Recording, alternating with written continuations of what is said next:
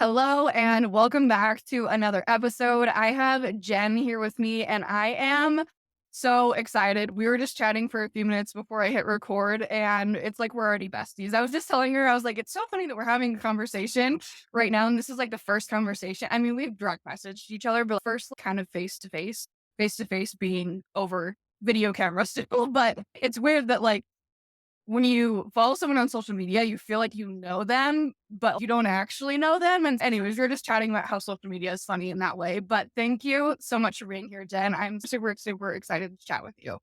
And I am equally as excited to be here. Okay. The first thing that I want to start off with is you, obviously, because this episode is all about you and the wealth of knowledge that you are. But tell me a little bit more about your journey and your background and how did Meet the Agency how did that come about? I love to start my story in 2019 when I was working in corporate America. I had landed my first corporate job and I was so excited to be there. I went to business school with the full intention of just working my way up the corporate ladder. And I got there, and though the job was a dream, the environment was maybe more of a nightmare. I unfortunately was a victim of sexual harassment and bullying, and it wasn't an environment where I felt like I could really thrive. Yeah. So after going through this and talking to HR, talking to my boss, I realized this wasn't going to get better. I just needed to leave. So Neat actually started as my out from corporate America because I thought if I I love can't find, yeah, I was like, if I can't find a better paying job or a different job, I am going to just start my own business. How hard could it be? Is what I thought when I was first getting started. when And anyone who's listening, no, it is incredibly difficult, and at that point in time, at 24, I was very naive. I really did not know what I was getting myself into, but I am so glad that I did go down this path because I've learned so many lessons in the process. So, by about 20 when was it? It was like my last day of corporate was December 31st, and then my first full-time day of Neat was January 1st, 2020, so just a few months before COVID. Had no idea what was really coming for me, if you will. And so COVID hit in the States March 2022, yeah, and I saw so many businesses shutting down, but it actually had the complete opposite effect on my business. My business blew up during COVID, and it's because I was supporting so many small businesses. yeah, And at that point in time, people were either working from home and they realized they had more free time to pursue their passion, to pursue starting a business, or they were getting let go from their jobs. yeah, And they had the thought of, I'm going to build my own business and make this work. yep. And so I was getting a lot of clients. And I think without COVID, I wouldn't be where I am today. COVID really jump started things for me because before that point, I would find a client here and there. I was taking a lot of people on coffee dates. I was really tapping into my network, but I wasn't seeing consistent sales like I needed to have to justify leaving my corporate job. But with COVID happening, I got a lot of clients during that time. And then, of course, it kind of leveled off and I stopped seeing that insane growth that I saw in the beginning of COVID. And then I actually went through a pivot. So in the beginning of my business, because I was a one woman show, I was doing a lot of coaching and consulting when it came to marketing. Yeah. And then I saw such a demand of done for you services. So we added in marketing, done for you services. We added on PR, we added on creative. So we really expanded to be more of a full service agency from strategy to actually implementation and then reporting. So it's been quite the journey over the last couple of years. Our team has grown significantly. We have I don't even know at this point, 15 employees slash contractors. We have 16. It's probably going to be different by the time this episode comes out because we are growing quickly. We have worked with almost 300 brands since 2019, and our clients have been featured through major publications like Forbes, CNN, Fox, Travel and Leisure, Bustle, Pop Sugar, Harper's Bazaar, basically any major publication. Our clients have had features with them. And we are currently in the process of launching a physical product, which I know is a bit odd. You might be thinking, Jen, like you're an agency. Agencies don't do physical products. We are. A lot of agencies will do a webinar or a masterclass, but we realized that people learn very differently nowadays. Attention spans are much shorter. So we created a PR power play deck. It's a card deck consisting of around 50 cards with different categories, but it's all of our agencies' PR tips, tricks, theories, templates, everything you need in order to get millions of eyeballs on your business is going to be in this $97 card deck that comes out here in just a couple of weeks. So we're really excited about that. We're also in the very early stages of acquiring another agency. So we're going to be growing in a very big way, hopefully in 2024. So Wow. that's neat from 2019 to present. That is amazing. I'm like, there's so many things I want to unpack here. Wow. Okay. I think the first place that I want to get started is with PR. So when you say PR, and I feel like for me, when I first came across PR, I was like, what does this actually mean? And so when you say, oh, Neat is a PR agency, what does that actually entail? I just think, oh, PR is, it's just one of those terms that's thrown around, but it's so important. But I don't think that a lot of people actually know what it is. That is a great question. And we see this with a lot of prospects we talk to as well. And a lot of people even overlap PR and marketing, and or they use the terms interchangeably. So I totally understand the confusion or lack of clarity around what PR actually is. So, how we like to describe PR is how the public is perceiving you, it is your reputation. And with PR, it's very top of funnel as well, right? If you know what a sales funnel looks like, you have top of funnel, mid funnel, bottom Yep. of funnel. People are making a decision. Mid funnel is where you're really building a relationship, but top of funnel is where people are first discovering you. Yep. And so that's what PR is. People are discovering you through a media feature. Maybe you're in Forbes, or maybe you're in a local news outlet talking on the news for a couple of minutes about your business. It could be through influencer partnerships where maybe you're partnering, maybe you're a solopreneur and you're partnering with a larger brand for some sort of collaboration. It could be a podcast interview like this. So just think about how people are first discovering you. And I like to put that in the PR category.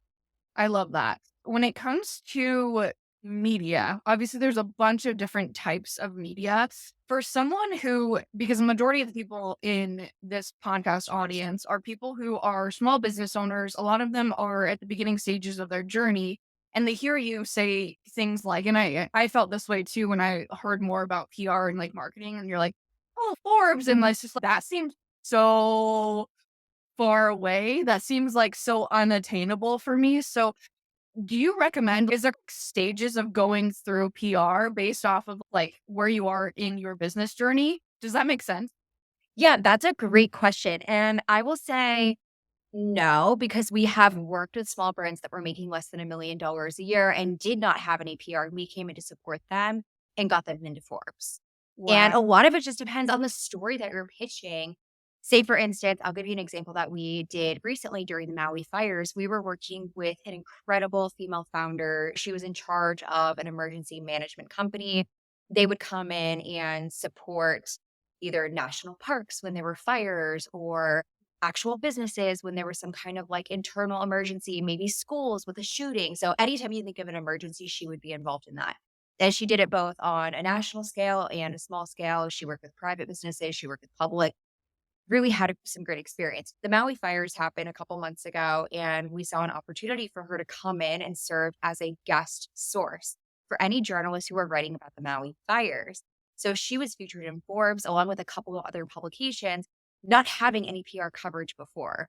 So that part was pretty cool. Small business owner, but we were able to get her some national coverage because she was able to serve as that guest expert. So you don't always have to start small. If you see a fit, you are someone who is an expert in that industry and who can be a source, go for it. Absolutely. Now, I will say lead with credibility. If you are going after those bigger publications and you want to be a source, you have to know why you're credible and what makes you a bit different from For other people who are pitching at that time. But if you want to go after low hanging fruit, say you are a new business owner, maybe you don't have that credibility yet. That's okay. You can guest blog for other people in your industry or other brands in your industry. That's a great way to build up SEO. You can do Instagram lives with other founders, either in your industry or industries that kind of complement yours. So, say for instance, you run a social media management agency. Do an Instagram live with an agency owner who runs a creative agency or a PR agency, because you're going to tap into a new audience. You're going to reach new people. And then by attaching yourself with that business, you're also building up your credibility in the process.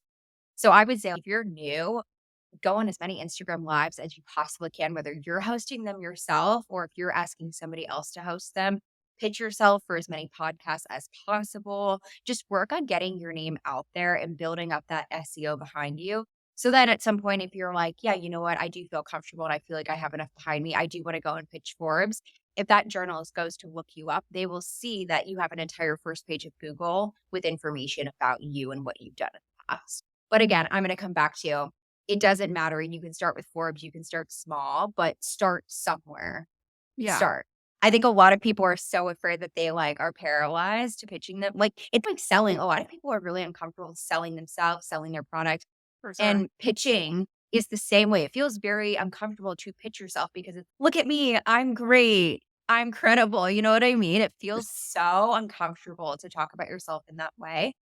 But that is the only way to get yourself out there is to just start pitching and start to ask to be a source. I feel like, okay, first off, that was like the best possible answer. Mic drop. I'm like, we could end right there. That was so good. I feel like from what I hear you saying, it's less about the exact media types and more about the pitch. Let's talk about that. And I feel like that is honestly, in my opinion, one of the most daunting things when it comes to media, whether you're pitching for a live Instagram video or whether you're pitching Forbes, you're still pitching yourself. And like you said, you're putting yourself out there. You're saying, hi. In a sense, you're saying like, hi, look at me. I'm so great. Obviously, there's more to a pitch than that, but you do have to brag about yourself a little bit because that is your credibility, right? And so let's talk about that a little bit more when it comes to media pitching and maybe even just talking about, I don't know if there's like your top three favorite medias in terms of pitching. Like we could talk about how to pitch in each of those. Because I know that like obviously pitching someone for an Instagram live is going to be so different than pitching Forbes, for example, or pitching for a podcast. Yep, 100%. So let's talk about the pitch itself. Now, I would say, regardless of if you're pitching yourself for a live, for Forbes, for a podcast, you're going to see similar themes. So, number one is going to be credibility. What makes you a credible person to speak on that platform or to be interviewed for that specific source? So, credibility is really important. And I think a lot of people get a little caught up in the credibility part and they automatically go to revenue. And Yeah. it's amazing. I think it's great if you've reached six figures or seven figures. But what I would say is no one else in your industry is making six figures. No one else in your industry is making seven figures. You know what I mean? Like, Yeah. if you're going to lean into credibility and figure out what's going to make you stand out, it should be something that no one else is doing. Yeah. So most of the time, I will say, skip revenue unless you really are making an ungodly amount of money, or if you've raised an ungodly amount of money. If you have raised $50 million in your first year, that's pretty incredible. And I would add that into your pitch. But most of the time, journalists just don't care. Podcast hosts don't care. They don't care about revenue. They want to go a little bit deeper. So if it's not revenue, what is it? It might be the number of clients you've served. If you've served hundreds of clients or thousands of clients, that is huge. And that makes you really credible. It helps you to stand out. Maybe you have specific testimonials, like I have helped this person do this. I've helped this person do that. And even this person did this. Like adding that for credibility is really huge too.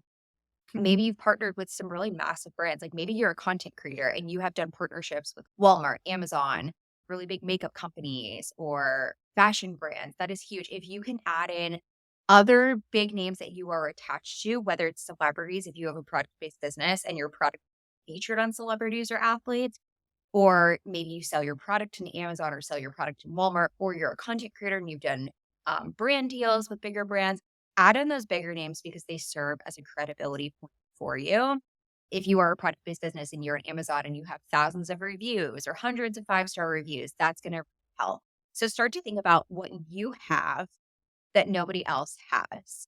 I Yeah. just spoke at a summit a couple weeks ago and I was up on stage and I was talking about revenue doesn't matter. And there were a lot of product-based brands in the audience. And I'm like, a natural product doesn't matter. If you're like, oh yeah, my product is all natural, my food is all natural, and my food doesn't contain any chemicals. And it's like, well, in 2023, I would hope that you're not poisoning people. It was like, come on. Or even the fact that I care about my clients.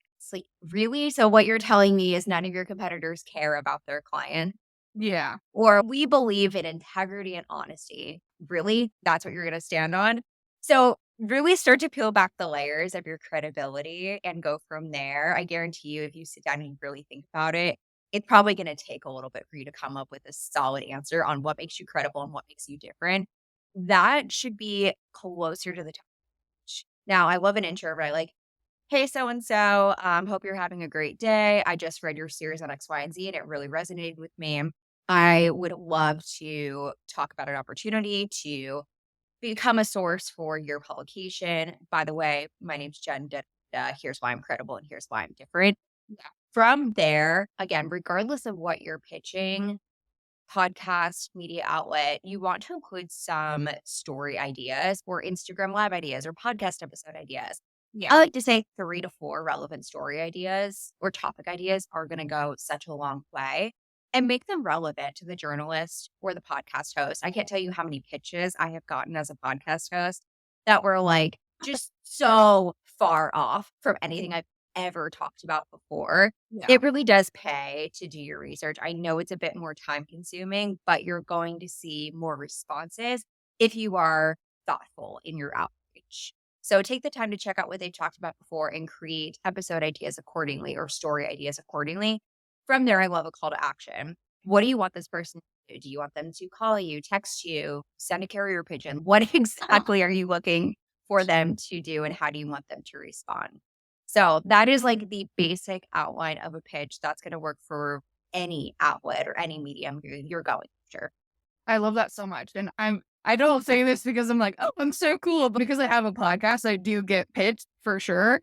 And there are pitches where immediately, sometimes I won't even open the email just based off of the subject line alone. Sometimes I will open the email and I'll read literally the first 2 sentences and immediately delete the email. And then there are those emails where you can tell that they actually took the time to get to know like for example, my podcast and like my audience. And you can tell like almost right off the bat, like even just skimming it, I can tell whether it's just like copy and pasted message that they've sent to 5 other podcasts or even probably 50 other podcasts. And so just taking that time, like you said, Jen, is so important to make it a little bit more customized to whatever it is that you're pitching or whoever it is that you're pitching. So I love that so much. Now, when it comes to pitching, there's definitely a right way to do things, and I wouldn't say there's necessarily a wrong way, but there probably is a wrong way to do things. But what are some mistakes that you often see when it comes to pitching where you're like, "No, either red flag or don't do that?" There are a lot, so I will try to keep this short and sweet. But one of the biggest mistakes I see people make is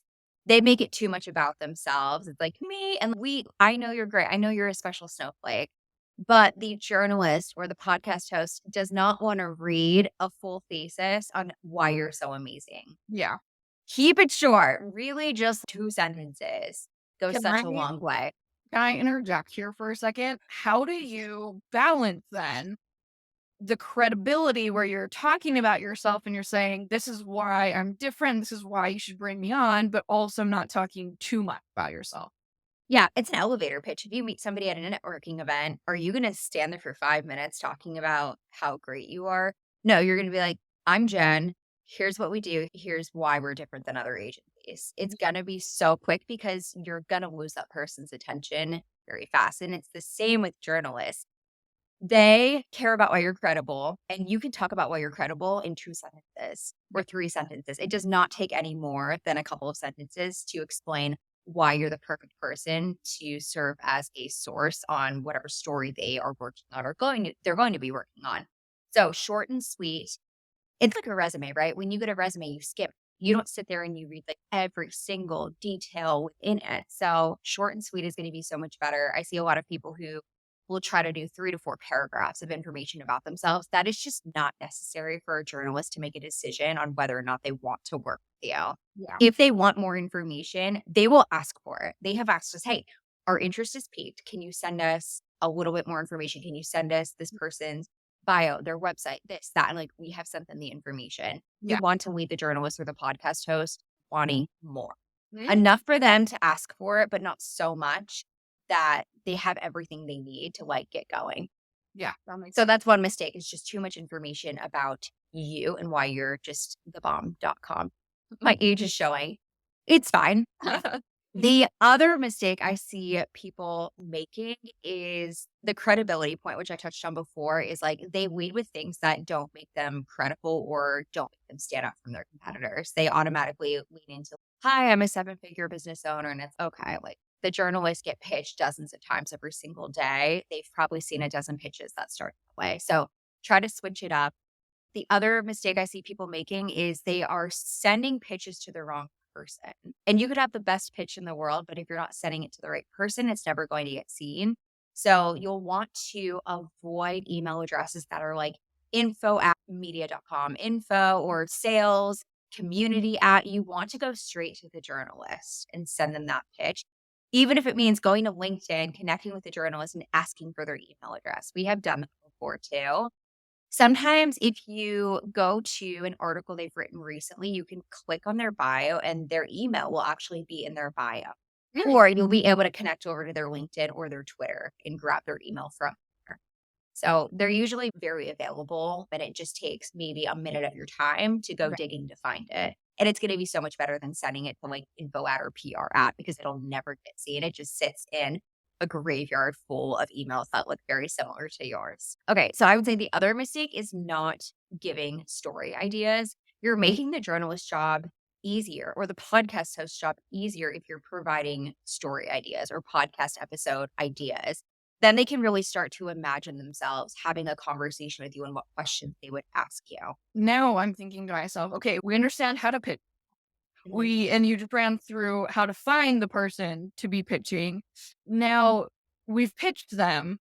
What if they're not responding? How do we navigate that? How many times do we follow up? Do we follow up? How do we follow up? What is that all? That's a great question. I also realized my answers before were like the opposite of what I said for a good pitch, but I feel like we're really hitting it home here on what's good and what's bad. But I love it.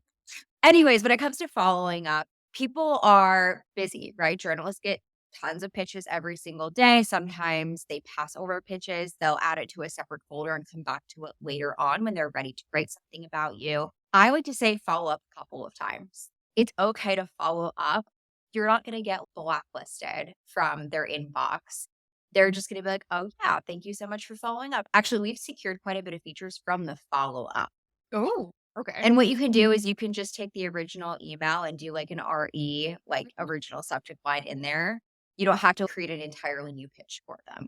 So make it really easy on yourself. You can just say simply, hey, so and so, hope your Tuesday's going well. I sent this over last week, but wanted to bump it to the top of your inbox. Let me know if you have any questions. Like short, sweet, and simple. And then they can see the original pitch below in case they skipped over it.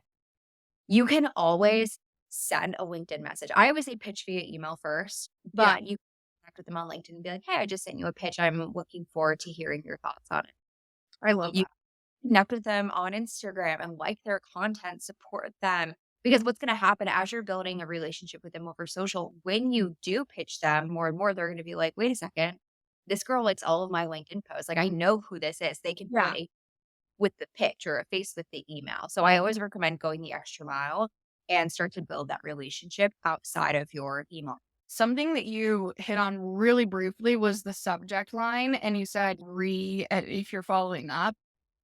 What about the first time? Because obviously, like, the pitch itself needs to be good, but even as I was saying, like, sometimes I don't even open people's messages just based off of, like, their subject line.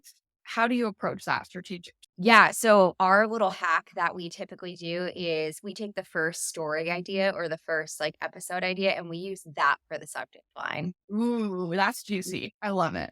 And that usually gets a lot of attention because it's not like a story idea. Like they get so many emails that are like story idea or I want to be featured in like this publication. Like this actually stands out and it gets their attention.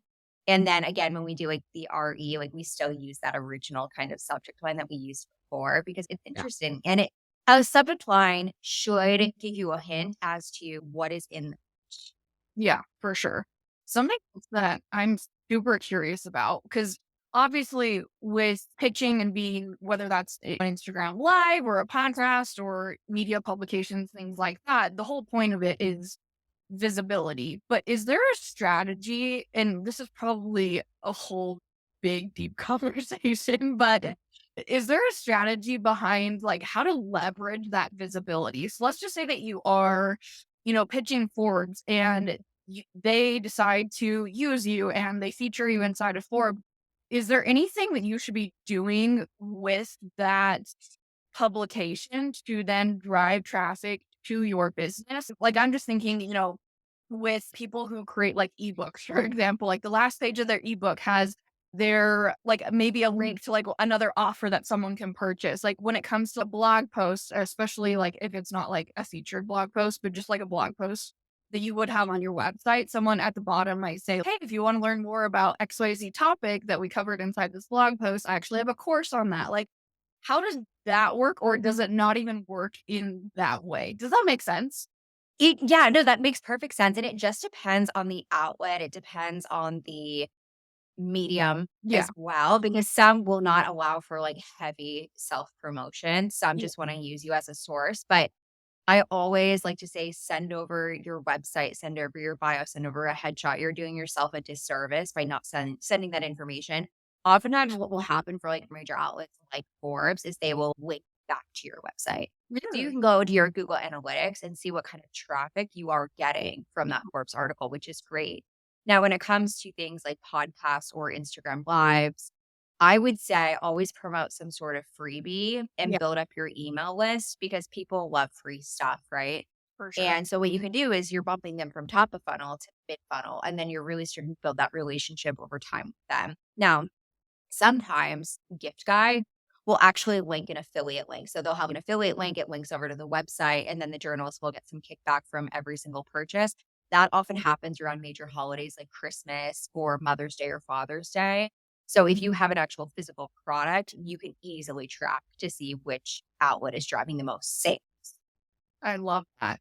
Now, obviously, you do this as an agency for your clients. What are like and again, this might not there might not be a specific answer to this, but w- who do you pitch or what mediums do you pitch the most for your clients and why? Okay, so there's not a typical answer for that. It's really going to depend on the client, on their product, and on their goals. Right? For example, we had a client who acquired another travel firm and she really wanted SEO out there. She really wanted articles out there because when you went to type in the name of her agency, there was nothing popping up when she first started working with us because the agency she had acquired, they didn't do anything.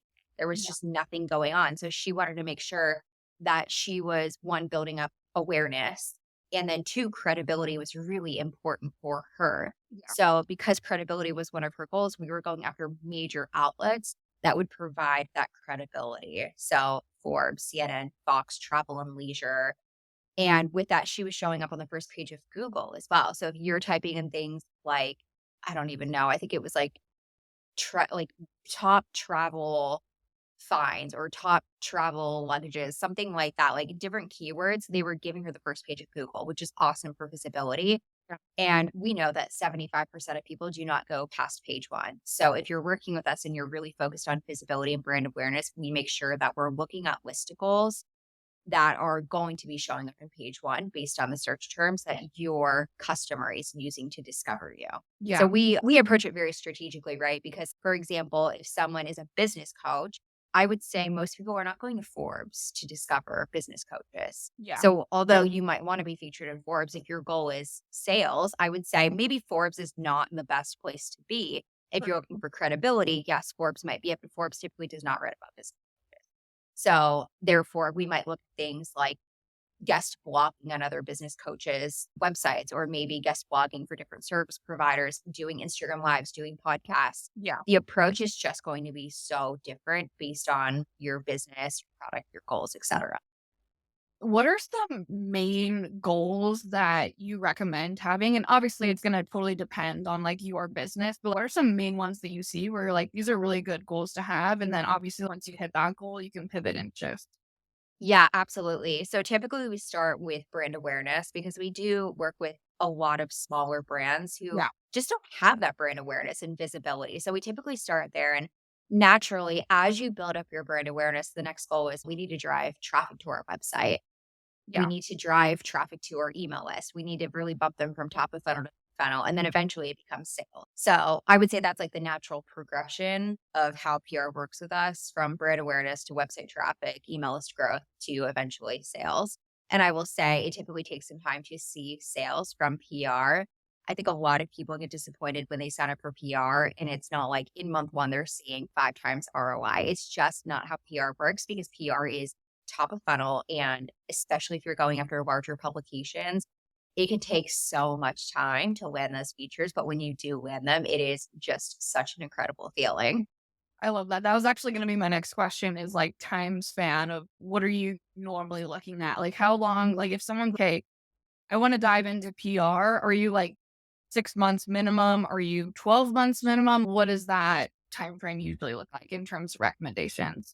That's a great question. Minimum 6 months, because in the first month, whether you work with us or another agency, they're just researching and building out a PR plan for you. They really don't have enough information to turn around and start pitching you. So they're building out a PR plan. They're researching your company. Maybe in that first month, they're building up different media lists. So they're building for contact lists, whether it's for podcast hosts or for major media outlets or for Instagram lives or for influencers. That's happening that first month. And then month two is typically when you're starting to get pitched. Right. And then usually in month three, that's when you're starting to see some traction. And then by month six, you're like rocking and rolling and you do want to stay with your PR agency, but it's just a really slow burn. The Yeah. only time we've seen really quick results is when something relevant and timely happens that we can attach our clients to. So example, the Maui fires, having a client who works in emergency management, we were like, okay, automatically, this is such a no-brainer. So we whipped up a pitch really quickly, sent it out to some of the top journalists who were covering that event. And then there was literally a point where it was within 48 hours. She had been interviewed and then featured. The article went live. Wow. But that I will say, like, I'm saying this and I Yeah. don't want anyone to be like, oh, that's like the norm. It's not the norm. Yeah. However, you're more likely to get quick features with PR if you're keeping an eye on current events Mm. and figuring out how you can serve as a source for those current. And something that you talked about too, where you're like, oh, after 6 months, that's usually when you start seeing results. What are the metrics that you recommend someone looking at, or whether they're going to work with you or whether they're going to start doing it on their own or work with, I don't know, another agency? What are those things that people should be looking for to see if it's actually working? And obviously, it's totally going to depend on the goal as well. But what are some metrics for, I guess, each of the main goals that you were talking about, from brand awareness to sales? And also, my next question would be, how do you track those things? Because I think some of the things are not just like as straightforward as, oh, sales. Obviously, do I have any sales coming in? Yeah, absolutely. That's a great question. You've already hit on this, but we love to attach KPIs with goals. Yeah. And so there's certain KPIs that go with specific goals. For example, if your goal is to get more eyeballs on your business, you want more people to know about you, visibility, brand awareness, we're really looking at reach. And then from there, if we're talking about website traffic, we're literally looking at website traffic. We're looking at email list growth. We're seeing what articles people are coming from as you start to get featured. And we can easily find that on Google Analytics. Okay. In fact, any of your listeners, I would recommend, if you don't already have Google Analytics, go ahead and download it now, because it's not going to, like, it starts tracking the day you download it. It doesn't go back and track 5 years worth of information. So the sooner you can download it, the better the data will get over time. So make sure to download it and set it up for your website so you can start to track results, whether you're doing PR, whether you're just doing social media, along with a few other things. From there, when it comes to sales, right? Eventually people are like, I need to make more money for my business. We can do this in a couple of different ways. We can either look at this on Google Analytics. We can look at this from different affiliate links that journalists are including in their articles. We can also simply ask at checkout, how did you hear about us? Ooh. So yeah, that one is like a little bit more, that's like not a guarantee, right? Because somebody can go in and not check anything. They could check their own Yeah. box. But if you're really eager to figure out where people are getting from when they're in the sales process, then that's one way to do it, is just set up that box on your website. And even if you provide a service, because we have some people who, example, they have a luxury travel firm or they work in emergency management. Yeah. And they don't have a product people are clicking and buying, but they are taking sales calls. And when you take a sales call, either on your sales call intake form, you can ask how somebody heard about you, Yep. or you can simply ask in the beginning of your sales call to figure out what's working, not working. That's such a juicy little tip. And it's something too where I love when people say things and I'm like, wait, like now that I'm like thinking about it, like I've actually seen other businesses do that. Cause even just, I'm trying to think of, I don't even know what the last thing was that I just purchased online, but I was thinking about how after I had checked out, it was for a product and that exact thing came up where it was like, answer 3 questions. And the first question was like, how did you hear about us? And the next question was like, I don't know, would you recommend this to a friend? I don't know, something along those lines. And so I don't know, it's just so juicy because it's so simple. And I see that as a consumer, but sometimes I just forget to actually implement that on the business side of things. So I love that little tip there. Thank you so much. This is like wealth of knowledge on media pitching. I'm like, this is like the media pitching book of knowledge. Maybe I'll title the episode that, but thank you so much. Now, people are going to be thinking, how can I learn more from you? Because that's exactly what I'm thinking is I want to learn more. Where can people find you? How can people connect with you? And how can also people check out the new products that that's going to be officially launched? Absolutely. So we're very active on Instagram. Our Instagram handle is neat underscore the agency, and that's neat with an N, not an M. A lot of people like they hear me say that and they go, "Do you exclusively do PR for meat products?" And I'm like, no. But if a meat brand wanted to throw some cash money my way, I would willingly promote the heck out of meat. So if there are any meat brands listening, my DMs are open, my email is open. Please call me, text me, have your people contact my people. Neat underscore the agency. We also have neattheagency.com. I have my own podcast too, Serve Neat, where I serve up business, marketing, PR, sales tips and tricks every single Tuesday. We also have a product coming out that I am very excited about. So we are launching a PR PowerPoint deck. It's all of our agencies, tips, theories, tricks, templates, all the things on how to get millions of eyeballs on your business. If you are a founder who is doing PR themselves, this is a must have. So you can either buy it before Black Friday when we go live, or you can put it to your Christmas list, send it to your business partner or significant other to pick it up for you. It's going to be $97. We're going to have a pre-sale list going up shortly. So you could actually buy the product for 10% off before it goes live to the public. So that is coming soon and we're very excited. In terms of our other services, if you're like, I am beyond the point of doing PR myself, I just want to pass it off and have somebody do it for us. That is our bread and butter. And we are always accepting new clients. So make sure to visit our website and book a call with our team. I love it. Thank you so much for being here, for sharing your knowledge with us on media pitching. I really appreciate it. Yeah, I had a blast. Thanks for having me. Of course.